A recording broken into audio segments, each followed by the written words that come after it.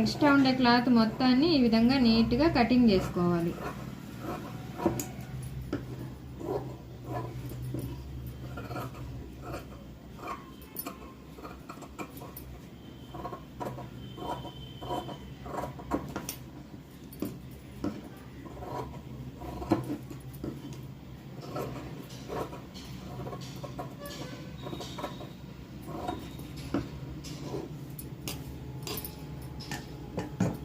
ఇలా కటింగ్ చేసుకున్నాక ఇది చిన్న సైజు బ్లౌజ్ కాబట్టి డాట్ పొడవు అనేది ఎక్కువ ఏం పెట్టాల్సిన అవసరం లేదు.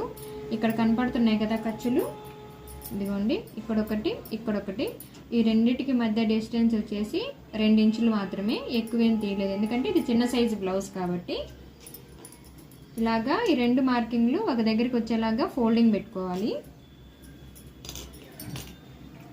ఇలా ఫోల్డింగ్ పెట్టుకొని ఇక్కడ నుంచి కూడా ఇక్కడికి 2 ఇంచులు ఉండేలాగా చూసుకోవాలి. డబల్ కుట్టు వేసుకోవాలి.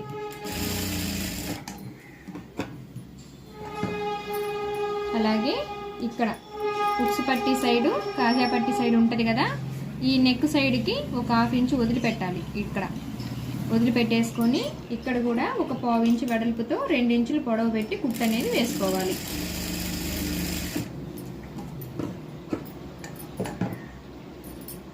ఇప్పుడు ఈ 2 డాట్స్ని ఈ విధంగా పట్టుకుంటే 3వ డాట్ అనేది ఆటోమేటిక్గా వచ్చేస్తుంది. ఈ విధంగా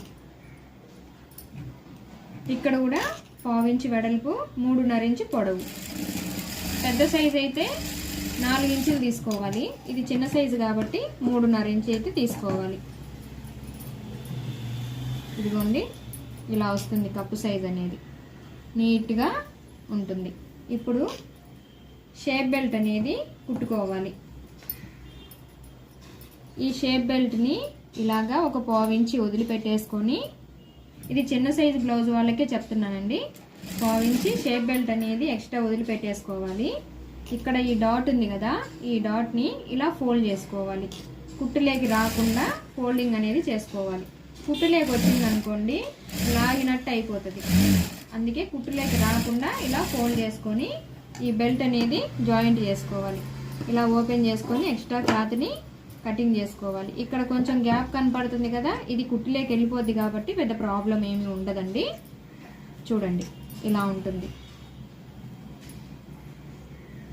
ఓకే, డాట్లు మనం పర్ఫెక్ట్గా వేసుకోవడం వల్ల మనకి ఈ మధ్యలో ఈ కప్పు పాయింట్ అనేది నీట్గా వస్తుంది అన్నమాట.